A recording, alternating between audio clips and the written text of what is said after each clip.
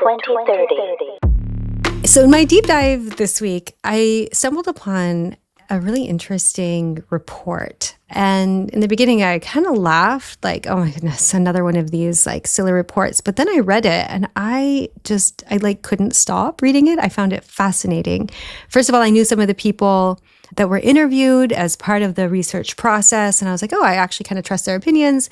And then I also felt like, just basically the content was stimulating. It was interesting. So the report is put together by the Together Group and the Future Laboratory Group, titled New Codes of Luxury in Saudi Arabia. So the Together Group apparently is a curated collective of creative consultancies, technology, and production studios that crafts the future of luxury and lifestyle. They create and elevate brands, experiences, and destinations of the future. And through the profound understanding of consumers' needs and desires, they, kind of do this immersive storytelling and innovative use of tech. And in 2023, they launched offices in Riyadh and appointed Ada Renedo, I think is how you say it, I'm not sure, as regional CEO for the Kingdom of Saudi Arabia and the Middle East. The Future Laboratory is a consultancy who deliver foresight through a number of products and services. They're a futures consultancy, actually, and it includes trends and intelligence. So they did some of the data collection for this report.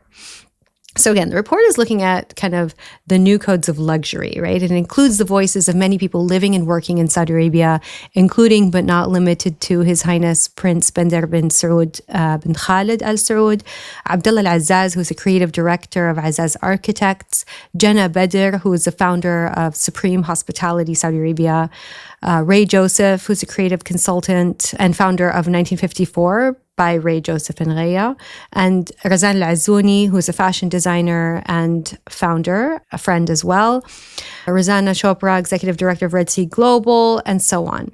And as I mentioned, it includes findings from their Future Poll, which is the Future Laboratories quantitative division, and that offers a blend of consumer database insights, bespoke ethnographic and polling research, trend and market sizing services, and much more.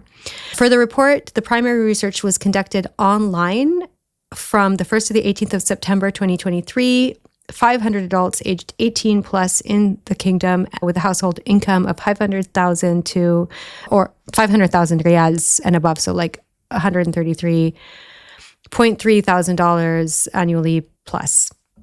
It looks at the overall luxury market and then takes a closer look at women, youth, and tech, and it utilizes the poll and in-depth interviews with experts to highlight what's happening in the luxury industry.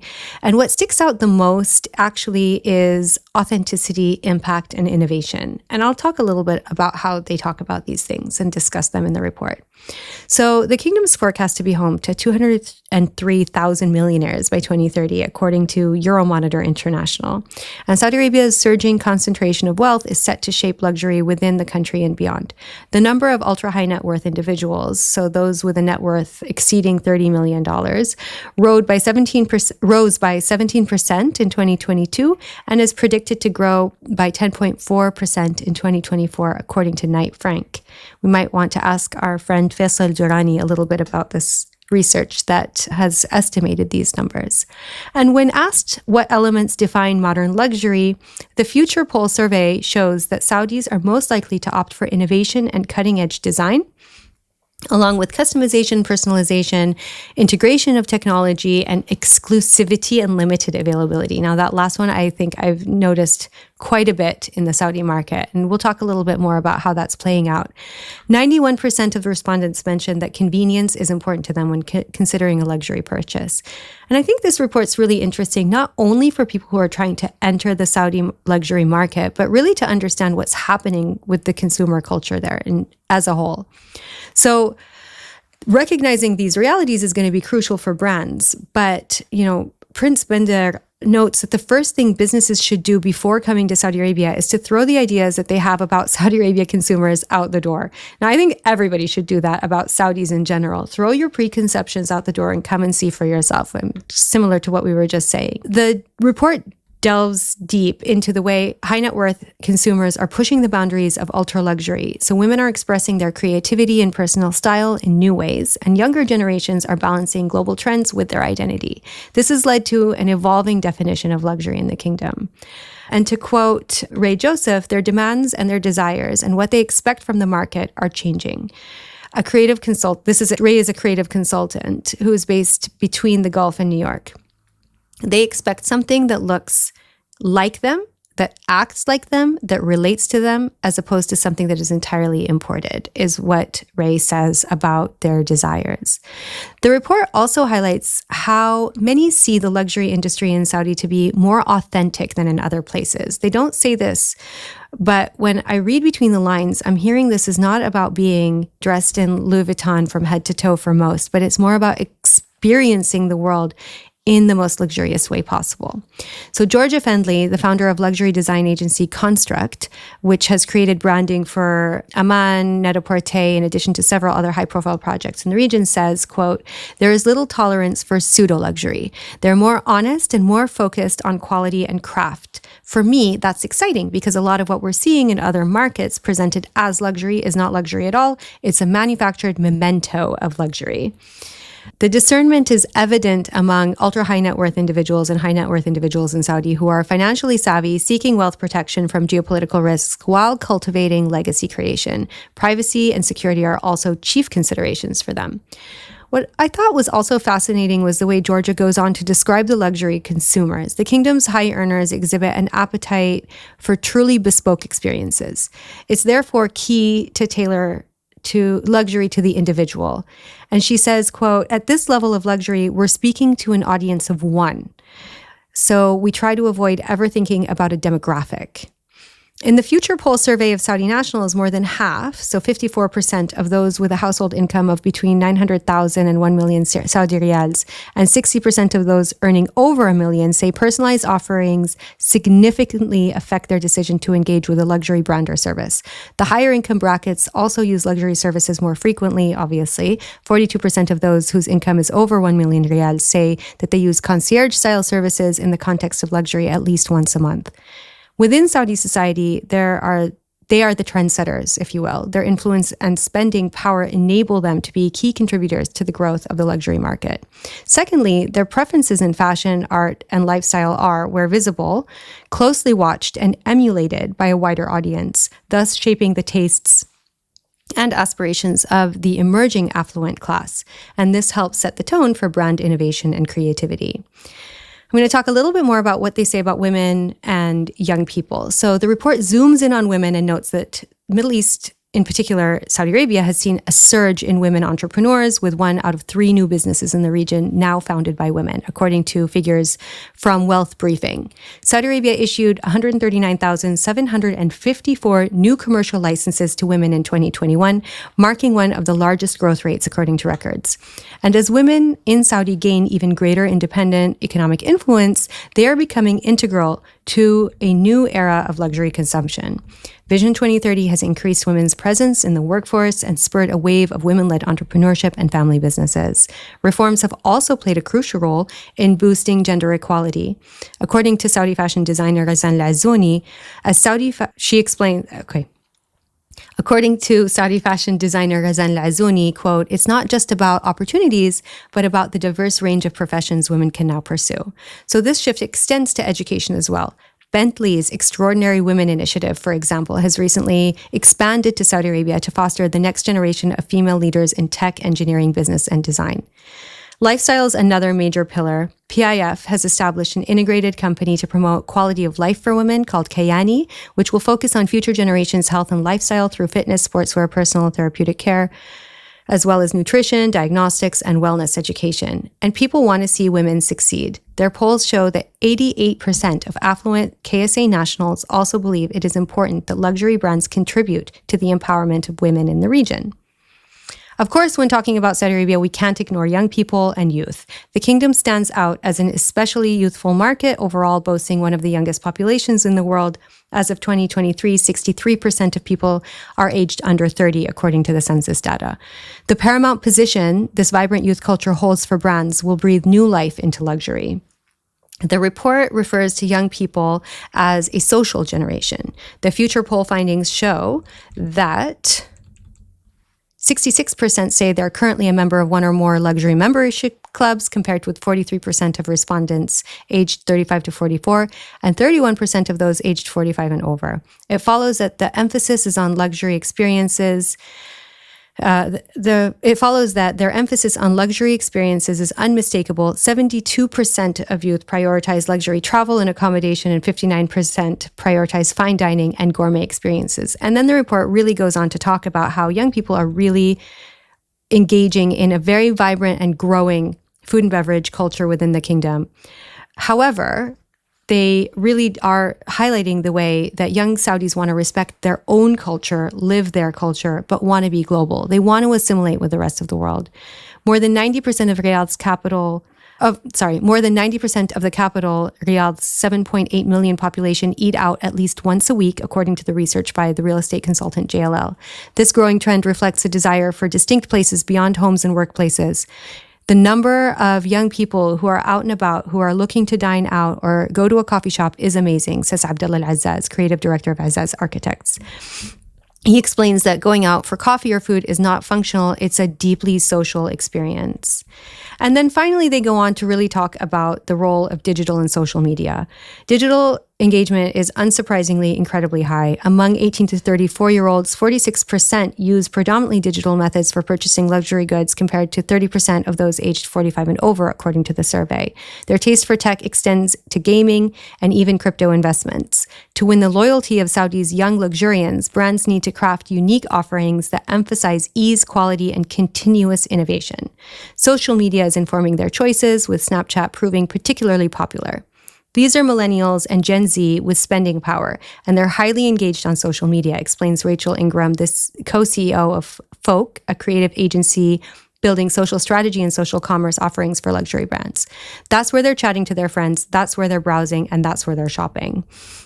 And there's a huge adoption of e-commerce, as we spoke about again in our last episode, thinking about how people are thinking about buy now, pay later services. Growing interest in cryptocurrency is not something we talked about. We're talking more about fintech, but in general, young people are looking at kind of how to spend their money, and Vision 2030 aims to achieve 70% cashless transactions by 2030, which further reflects the pace of change in this digital transformation.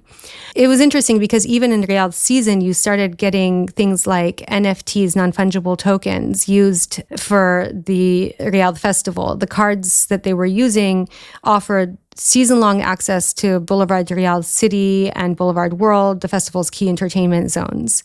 I don't even really know how that works, but maybe somebody can explain it to me. I know what an NFT is. I just don't know how NFT cards were used for Riyadh season. But anyway, of course, you then have something like Neom's. They take everything to the next level, right? They have a digital twin metaverse platform, XVRS, which is moving from mega cities to meta cities, combining digital and physical architecture with hyper-connected technologies and AI features.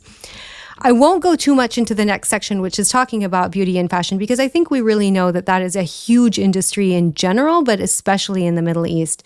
89% of Saudis say they give at least a moderate amount of emphasis to products or services that promote health benefits or overall well-being, according to this poll. But they also go on to say that women in Saudi Arabia top global charts in spending on makeup and skincare products, according to the e-commerce platform Picodi.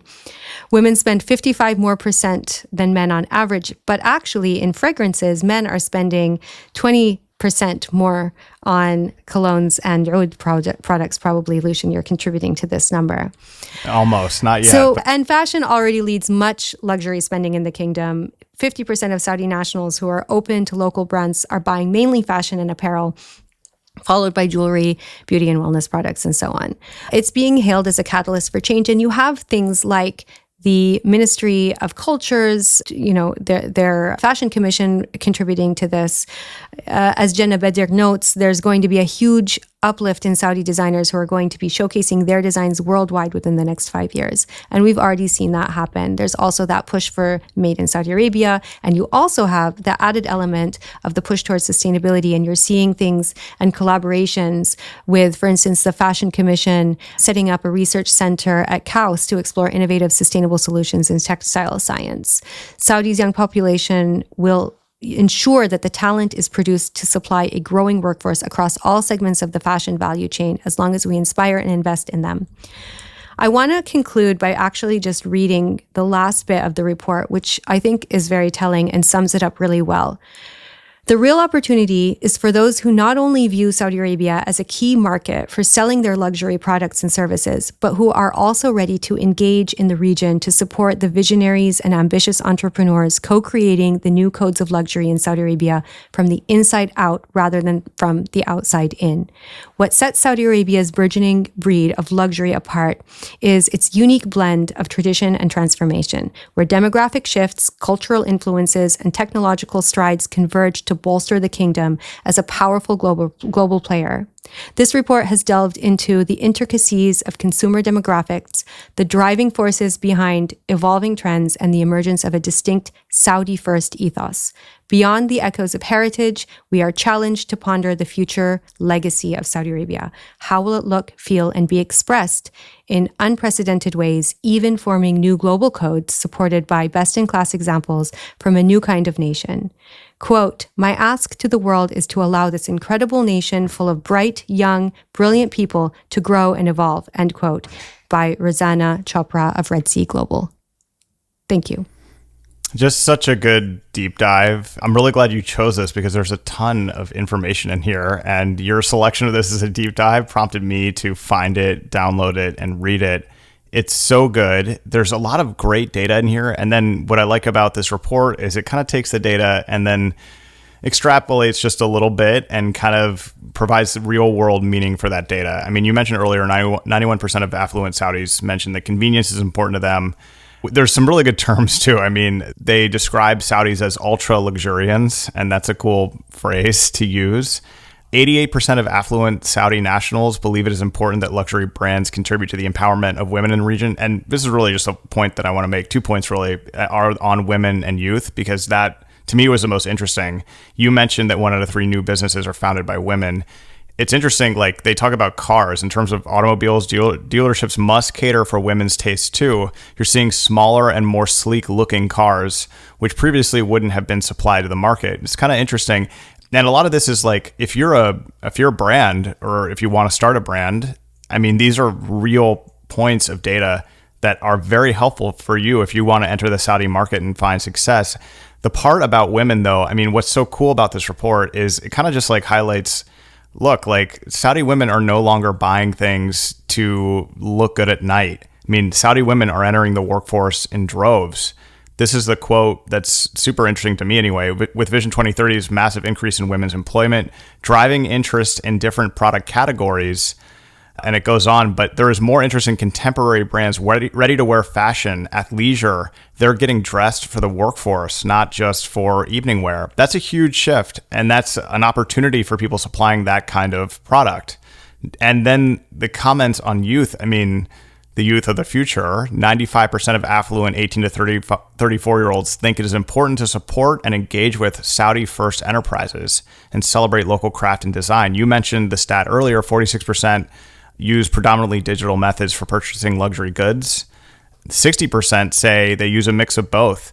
I'm surprised that the target of 70% cashless in Saudi society, I mean, that seems low. I like never see cash anymore. No one uses cash, at least that I can see. Souks, yeah, of course. I mean, that's kind of how it's done. But I mean, that seems like a achievable and breakable target for Saudi Arabia by 2030. I just think that this report, I mean, this is a great type of thing to highlight. People are super interested. Everyone asks, hey, what do we wear in Saudi Arabia? We did a great deep dive on it. And earlier, this kind of builds on that. I mean, it's like, it's a very luxurious place. It's a very I don't want to say formal because that implies like stiff. It's just people are proud of how they look, and for men, how they smell, which is an interesting stat that you brought in there. You don't know that though. Like, I mean, it's a big thing. It rings true. Maybe my cologne game, I got to step that up as we discussed recently. But I mean, I just great report. And I think the way that they presented it, when you have data like this and it's just digestible, and then, kind of, hey, this is what it might mean. Talking about things like properties. Saudis are more and more interested in second, third, and fourth homes, et cetera. Yeah. So, it really kind of defines the market going forward for luxury brands and services. This is awesome. Great deep dive, Dr. Hanaa. So I had so much more I wanted to read out of the There's report. so much more in here. Yeah, and I was like trying to, exactly. Please download the report. It is fascinating. And actually, my favorite part about this report is how well it's written. How, as you mentioned, digestible the information is and how incredibly rich it is. It's not just their own data that they're relying on. There's so much interesting data that they're pulling in from all sorts of different sources that are incredibly relevant. And it's contextualized and it's telling a story that is fascinating to read. And obviously, this is talking about one segment of society. It's not talking about everybody. We are talking about luxury here. However, it's an important segment of society. It's something that is going to be driving a lot of the future economy in the kingdom. And I think it's important to recognize that we know this does not talk about everybody in Saudi Arabia, but it's still a very interesting segment of society. And it's as they mention in the report, what is happening within the kingdom, these transformations, there's two things that are super important. One, you're getting into the idea of Saudi first. You're also really highlighting the importance of incorporating heritage into design, and that will trickle down into across, different, I think, income brackets. But the other thing that's really important is the fact that you're empowering people to believe in the, women-led organizations. You're empowering women to dress more confidently for the workplace. And finally, you're bringing in the sustainability dimension, and you're talking about that. And all of those are really important instead of just thinking about throwing all types of imported luxury goods into the market and waiting for Saudis to buy them. It's a different dynamic that's happening. And I loved reading this report for that reason. Yeah, make sure you check out this section. I think it's on page 22 of this document, of this report on fashionomics. If this is something you're interested in, there's a ton of really good stuff in there. This is something we've talked about as well. I mean, fashion in the kingdom is going to start playing a larger and larger role in the wider economy. I mean, 1.4% of the kingdom's GDP, $12.5 billion in additional value. This is according to Forbes. And it really talks about a lot of things like, I mean, is the abaya, is that an exportable kind of fashion? These authors of this report seems to think so. There's just, that segment is fascinating because they're kind of looking forward with it and saying, hey, like, what might be a next trend? I don't know. It's just just a really great report. A lot in here. It's the type of thing where I was, fashion, like I don't really consider myself a fashionable guy, but it's a very, very digestible report. And now I feel like, there's just so much in here. It's a great mix of statistics and sort of future looking projections on where things might be going from here. Yeah. And it's not just about fashion, right? Like it's about luxury as a whole. Real estate. Yeah. Which I often I hate because people tend to put Saudis in a few different buckets, right? And one of them is everybody, you all have, oil wells in your backyard. And that was a bucket that people used to put me in when I was growing up, and I hated it. It was that, or we wear towels on our heads, right? So I hated those buckets. There's also the, the religious fundamental bucket. There's the poor women need to be saved, but there's so many. But the you guys have so much money bucket used to really bother me because and this report reinforces that, and it bothers me. But then when I read the report, I'm like, oh, maybe we need to just think about how we're talking about luxury differently, because this is actually talking about the economy of kind of luxury products, but also about incorporating arts and heritage into the market that already exists, right? But I think yeah, just as a sociologist, I think it's also really important to note that not everybody can access this and not all Saudis have access to luxury, but they have access to new growing economies and can be part of this transformation because of all of the incredible active labor market policies that are in place and all of the training and development that's happening in the education space within arts and culture and tourism and hospitality and so on. And tech, as they were talking as well about like kind of the Bentley program, which empowers women in Dar al-Hikmah to become leaders in technology, science, so on and so forth. I could talk about this forever. I found it really I know, this fascinating. is so good. Yeah, I mean, there's so much in here. Download the report from thefuturelaboratory.com.